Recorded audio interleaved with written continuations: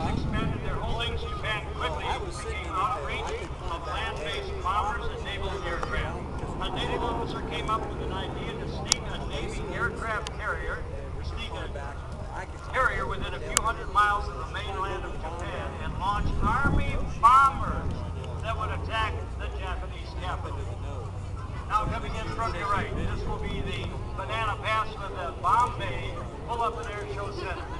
The crew will show you the business side of the Mitchell bomber. If you have a camera, be prepared to zoom in on the open Bombay doors, and you'll see the full load of 500-pound jet and demolition bomb.